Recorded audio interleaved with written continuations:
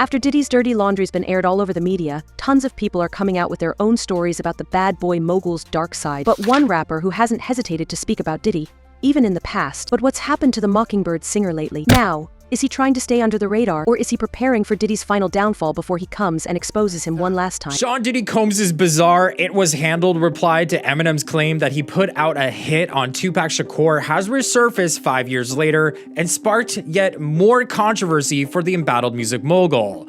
So Diddy's response to the rapper's 2018 diss track, Kill Shot, which tied him to the murder of the late rap icon, has resurfaced as Diddy is entangled in lawsuits and home raids. In the song, Eminem calls out Machine Gun Kelly, saying, quote, "Kells, the day you put out a hit is the day Diddy admits that he put the hit out that got Pac killed. Ah," end quote. So this is in reference to the infamous 1996 drive-by shooting in which the legendary rapper was murked.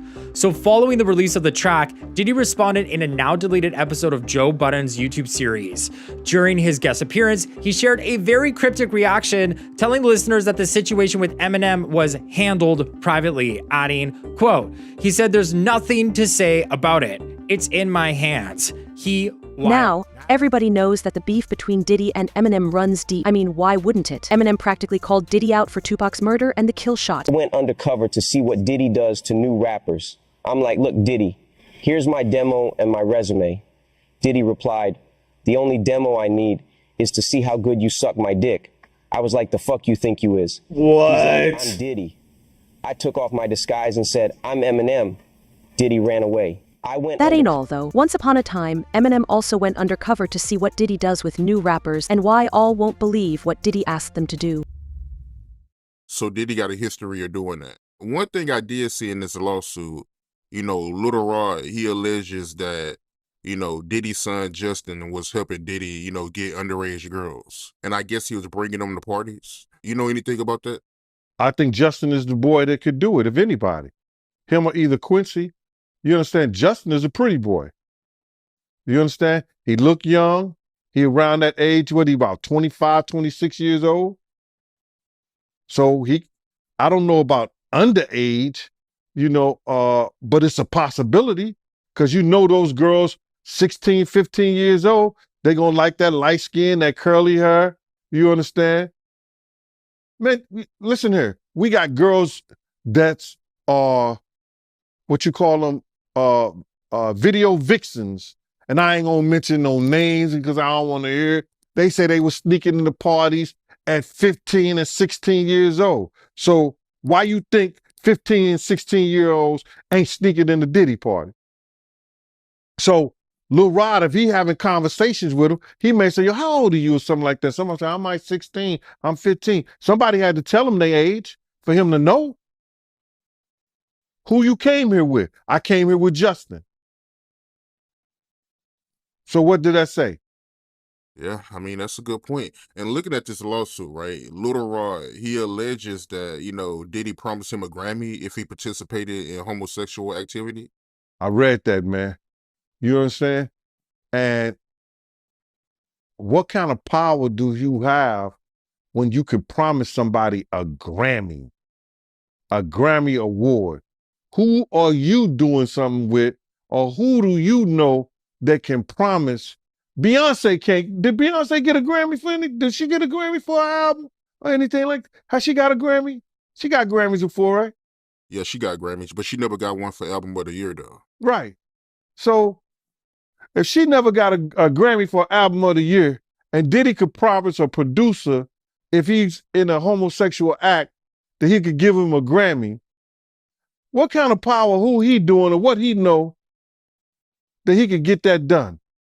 That's some kind of spooky shit, bruh. No disrespect. That's real spooky. If he could promise somebody.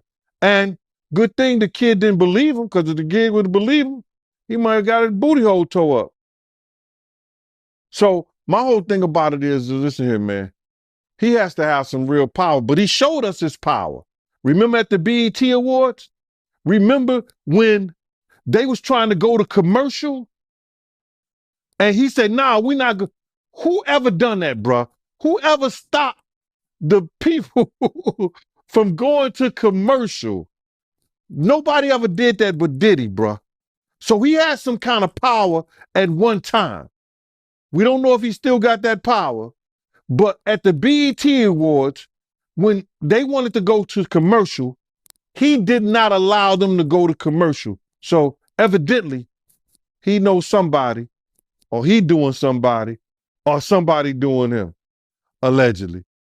You talking about when he was giving that speech at the BET Awards for the Lifetime Achievement Award? When he gave his speech, he just kept going, bro. He just kept going and wouldn't stop. And he said, it don't matter how much it costs. We're going to keep going. And they wouldn't even go to commercial. That's never happened before, bro. Never. Does it really come as a surprise to anybody right now, especially after Diddy's ex-bodyguard Gene Deal revealed that Diddy promised Lil Rod a Grammy if he participated in gay activities? And we go to the first floor, and it's cool. It's popping, everybody's, hey, man, getting on, doing their thing, right? But then we go to like second floor, and it's kind of different. But then we go to the third floor, the upper room. Not the third floor! The upper room. Another rapper who mistakenly exposed Diddy for his dirty ways is The Game, who's been to so many of Diddy's infamous freak-off parties.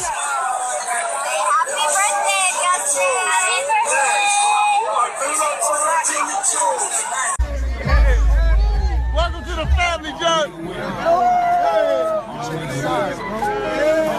In fact, there's even a viral video of Diddy and The Game giving an underage Justin Bieber drinks at one of Diddy's freak-off parties before allegedly abusing him. You know what?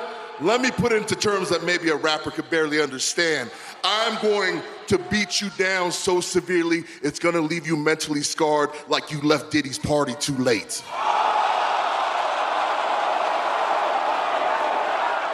Pause. Yo, let's be real. The entire entertainment world seems to know what went down at Diddy's parties. Why do you think TD Jakes was at Puff Daddy's birthday party?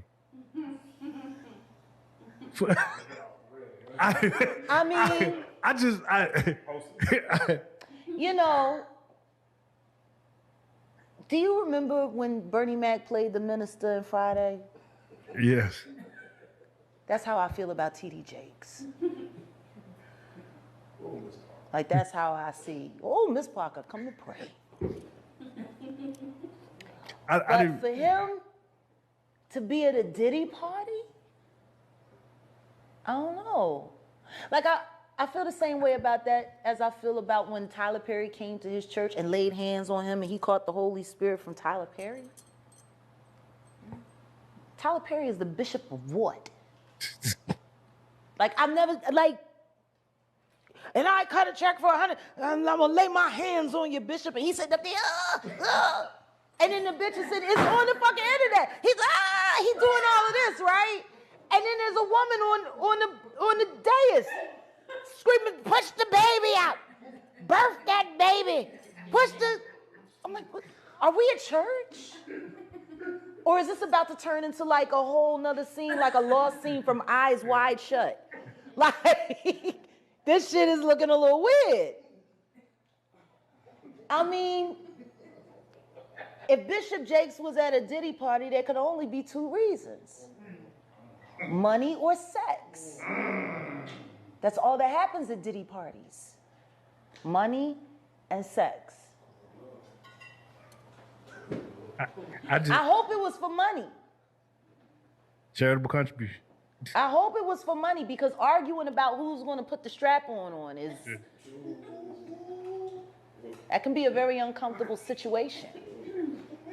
You know, we're going to pray on it. American pastor TD Jakes is among Diddy's very favorites, and he was always in attendance at his parties. If you're wondering what a pastor's got to do with a freak-off, you'd be surprised to know that Jakes was in on all the crimes. Long before she met Doug Emhoff, she dated some prominent men, including in 2001, former talk show host Montel Williams. Back then, he was the famous one and had to introduce her to the paparazzi. Now, the whole world knows who she is. And let's just say that Diddy is as well connected as it gets, so it explains why a lot of rappers are now choosing to stay silent about everything that's going down, you know, in case the diddler manages to find his way out of this mess as well. I ain't confused. I ain't on that shit. That nigga tried to kill me for real. I just fucking got out of that shit. I've been missing for almost like 2 years.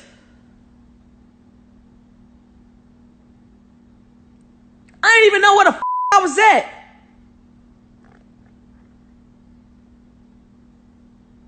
I do not with LeBron James. That is a trafficker, my nigga. That nigga is a trafficker. He is a trafficker. He trafficked women in real time. That stole all my money out of my bank account. Now, out of all people, LeBron James was one of Diddy's most prominent party attendees. His close bond with Diddy has always been suspicious, especially now that all the dirt on Diddy is out in the open.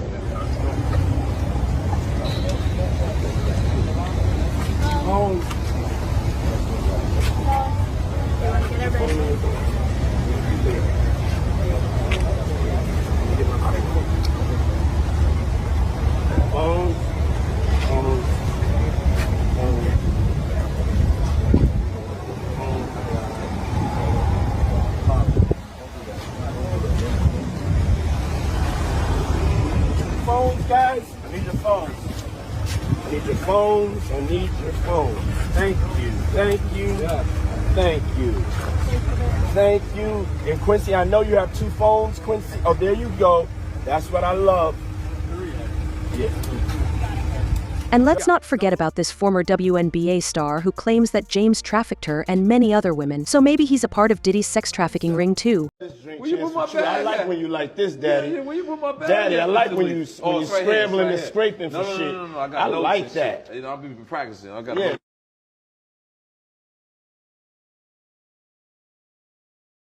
Mr. Lee. Yeah, I love this drink. Where you put my bag? I like when you like this, Daddy. Yeah, where you put my bag? Daddy, I like when you right scrambling here, and scraping. When you right scrambling here, and scraping for shit. No. Okay, yeah, I'm not gonna go over with that one. Make a wish. That one. Just blow it out. It's your birthday every day.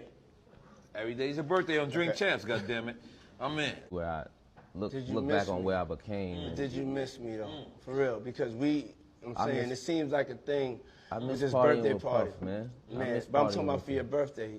Huh? Why won't you party with me for your birthday, man? We partied for my birthday before. You came to my party. No, but me and you ain't never really party. You know what I'm saying?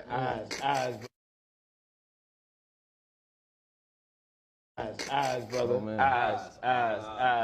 Eyes. I understand. You know what I'm saying? Okay. So check this out. It's me, Tyrese, Ray J, and F. Gary Gray. You know, I'm a type of nigga, I like variety, man. I like people that's unpredictable. You know what I'm saying? I like different personalities. So I was like, I never knew they would become what they are today. But you know what I'm saying? But like, you know, that sounded like the type of night I want to have in Vegas. You understand what I'm saying? Okay.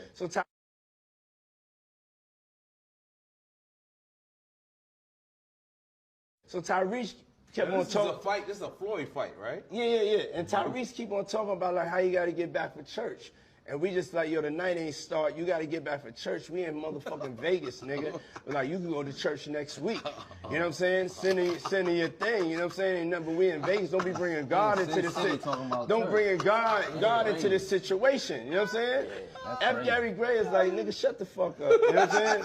Then you got Ray J. So Ray J is... If you don't believe it, take a look at this video where all of Diddy's guests have to turn their phones in before hopping on a yacht to attend this freak-off party. Yeah, the diddler made sure that nobody could ever record any of his crimes except for, you know, himself. I love New York. You gon' respect this hustle. Now what you know about that? This right here is crazy. I bet you guys were like, oh, what are we looking at? Oh, you remember this guy right here?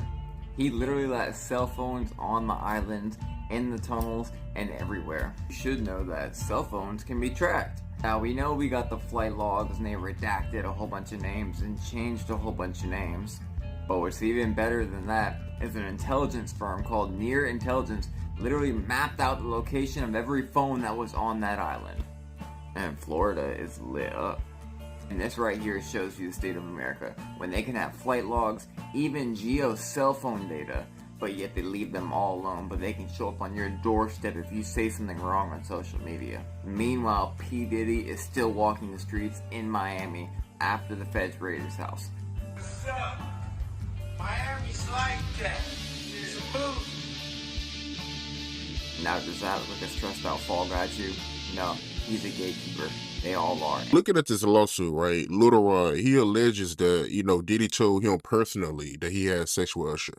And when you look at the lawsuit, even though they got Usher name redacted, you could tell who it is because they described him as the guy that performed at the Super Bowl.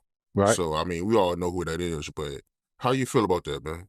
But I mentioned that earlier, that he said about Stevie J. The Usher part, that's a touchy situation, man. But he got on Shay Shay and he mentioned how great and how good Puff taught him and everything. You know what I'm saying? About the business. I know, and people know, that was around that in that time that Puff and Usher did have a situation. And that situation led Usher to the hospital. Now, I let Usher explain that to y'all. I let Usher tell that story. But how dare you say a man that groomed you, you gonna give him a pass? Now, I'm telling that because you taking up for somebody that you know and a lot of more people know didn't do you right. Let Usher explain that to you. Let Usher mama explain that to you. And the hospital was in Scarsdale, New York.